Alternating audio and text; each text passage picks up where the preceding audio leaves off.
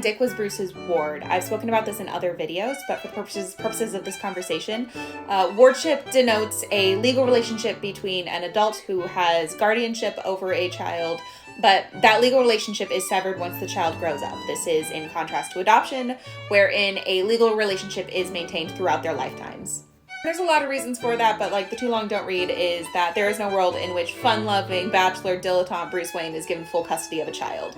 The wardship is the legal compromise. It is in essence him throwing money at the problem and then a judge looking at him being like, well, you do seem pretty nice. The emotional reason given is that, in essence, Dick had a dad, he loves his dad, he doesn't want to replace his father.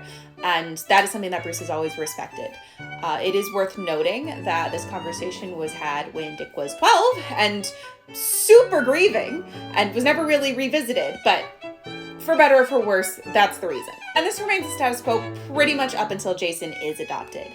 Pre-crisis, in the middle of Donna Troy's wedding, Dick and Bruce actually have a conversation where Dick comes up to him and in essence asks, like, hey, why didn't you ever try to adopt me? And Bruce in essence says, I was young and career-driven, and I didn't yet understand the value of family.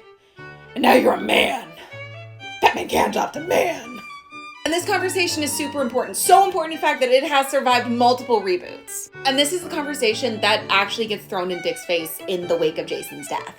It is worth noting that despite their legal relationship, there are many, many, many examples of Bruce referring to Dick as his son, of Dick referring to Bruce as his father. It's just a thing that exists. The emotional connection has been there for a very long time. The legal connection does not come into play until 2001.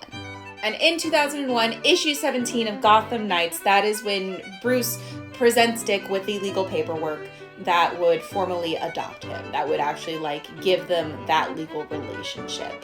It is symbolic at that point. Obviously, Dick is a grown-ass man, he's not a child, but it is, in essence, Bruce's way of saying, you are my son, you are my legacy, I don't want to live in a world where anybody can contest that. This is very quickly followed by a very racist storyline where somebody does in fact try to contest that.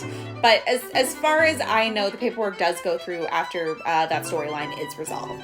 And that, my friend, is the adoption of Dick Grayson.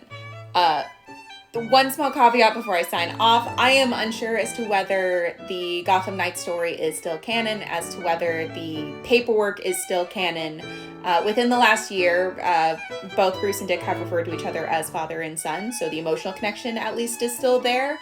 I am just unsure as to whether